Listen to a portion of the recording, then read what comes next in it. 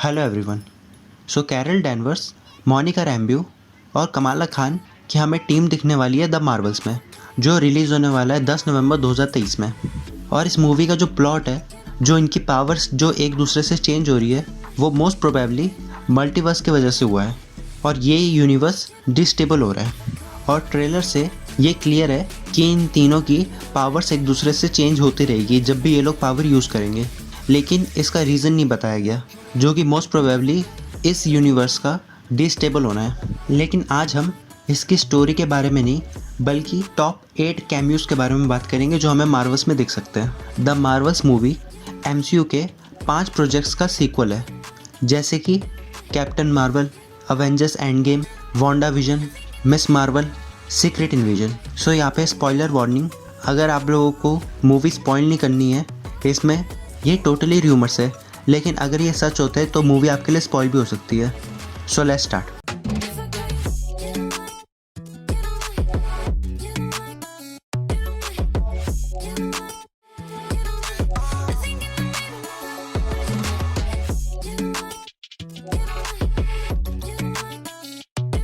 मारिया हिल।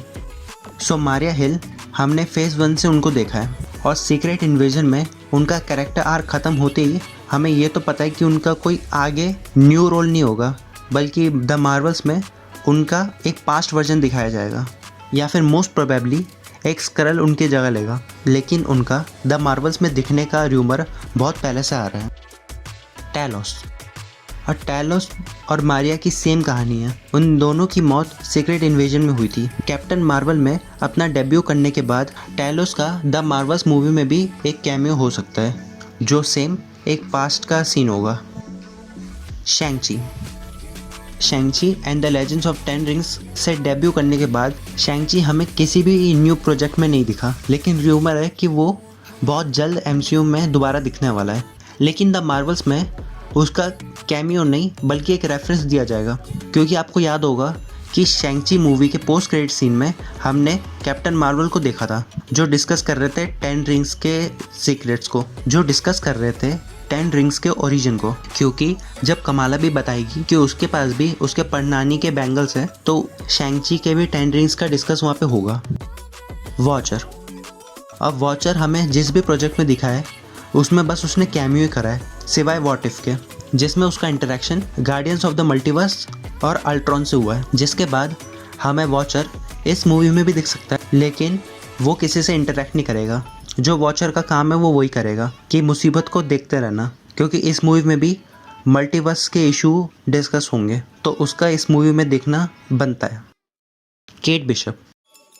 अब Kate Bishop हमें ending या मिड क्रेडिट सीन में दिख सकती है, जहां हमें पता चलेगा कि केट बिशप कमाला से मिलने आई है और वो एक टीम फॉर्म करने की बात करते हैं, जो कि होगी यंग अवेंजर्स की। और कमाला के पास एक निक फ्यूरी का डिवाइस भी होता है, जिससे वो पता लगाती है तरह तरह के हीरोज़ के बारे में, जहाँ उसको खबर मिलती है केट बिशप की, जिससे जाके वो मिलती है और वो लोग डिस्कस करते हैं वहाँ पे, और वो दोनों इस टीम की बात करते हैं। तो मोस्ट प्रोबेबली केट बिशप ही होगी जो ये टीम को लीड करेगी यंग अवेंजर्स की। कैसी लैंग। अब एंटमैन एंड द वास्प क्वांटामेनिया में अपना डेब्यू करने के बाद कैसी हमें इस मूवी में दिख सकती है। अब कैसी का इस मूवी में कोई कैमियो नहीं होगा, लेकिन उसका रेफरेंस दिया जाएगा, जहां मैंने आपको पिछले पॉइंट में बताया था कि कमाला और केट बिशप डिस्कस करते हैं अवेंजर्स के बारे में, जहां उन्होंने डिस्कस किया कि स्कॉट लैंग की एक बेटी भी है, कैंग। अब यहाँ पे हमें कौन सा कैंग का वेरिएंट दिखेगा कि ये कुछ कह नहीं सकते, लेकिन इस मूवी में हमें कैंग पोस्ट क्रेडिट सीन में दिख सकता है, जहाँ सिर्फ उसकी आंखें दिखेगी और वो 2 ऑब्जेक्ट्स को देख रहा है। एक तो है शैंग-ची की 10 रिंग्स और दूसरी है कमाला के बैंगल्स, जो हमें बताता है कि ये दोनों भी कैंग से रिलेटेड है। और कैंग एक ऐसा कैरेक्टर है जिसको एक बिग विलन बनने के लिए हर किसी से इंटरेक्ट करना पड़ेगा। 1 इल्यूमिनाटी मेंबर। अब ये जो इल्यूमिनाटी का मेंबर है वो या तो अर्थ 838 का होगा या फिर कोई दूसरे यूनिवर्स से, और जिसके र्यूमर भी आए थे कि मोस्ट प्रोबेबली हमें मारिया रैम्बो दिखने को मिलेगी, और जहां हमें पता चलेगा कि वांडा से वो नहीं मरी थी। अब प्रॉब्लम की बात ये है कि मोनिका रैम्ब्यू अपनी मदर से कैसे मिलेगी, और मारिया रैम्ब्यू का जो इंटरेक्शन होगा वो होगा अपनी बेटी मोनिका से। और स्टोरी इस वे में चलेगी कि मोनिका इनकर्जन को रोकने की कोशिश करती है। इस मूवी में इनकर्जन और मल्टीवर्स के डिस्टेबिलिटी के बारे में बताया जाएगा और इसी को रिजॉल्व करने के चक्कर में इन तीनों की पावर स्वैप कर जाती है। अब मोनिका ट्राई करती है कि ये इनकर्जन को रोक दे, लेकिन वो उसमें ट्रैप होके अर्थ 838 में पहुंच जाती है। ये वही जगह है जहाँ doctor strange multiverse of madness के इवेंट टेक प्लेस करे थे, वांडा वर्सेस इल्यूमिनाटी का। वहीं पे वो अपने आप को एक हॉस्पिटल में पाती है जहाँ उससे मिलने आती है मारिया रैम्बो। जहाँ हमें पता चलता है कि वांडा, जिसके अंदर हमारे यूनिवर्स की स्कारलेट विच थी, जिसने मारिया रैम्बो को किल नहीं करा था, और मारिया रैम्बो की डेथ ऐसी थी मल्टीवर्स ऑफ मैडनेस में जिसको प्रॉपर्ली नहीं दिखाया था। बाकी सबकी डेथ ऑब्वियस थी कि वो अब जिंदा नहीं हो सकते, लेकिन मारिया रैम्बो जिंदा हो सकती है। सो ये थे वो कैमियोज जो हमें द मार्वल्स में दिख सकते हैं। इन कैमियोज में से बहुत सही भी हो सकते हैं और बहुत गलत भी हो सकते हैं, लेकिन ज़्यादा चांसेस है इन कैमियो के दिखने के।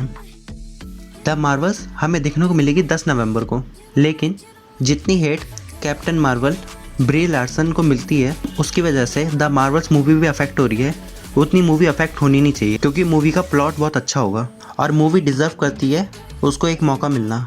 और द मार्वल्स मूवी के लिए कोई और एक्साइटेड हो ना हो, लेकिन मैं बहुत एक्साइटेड हूँ।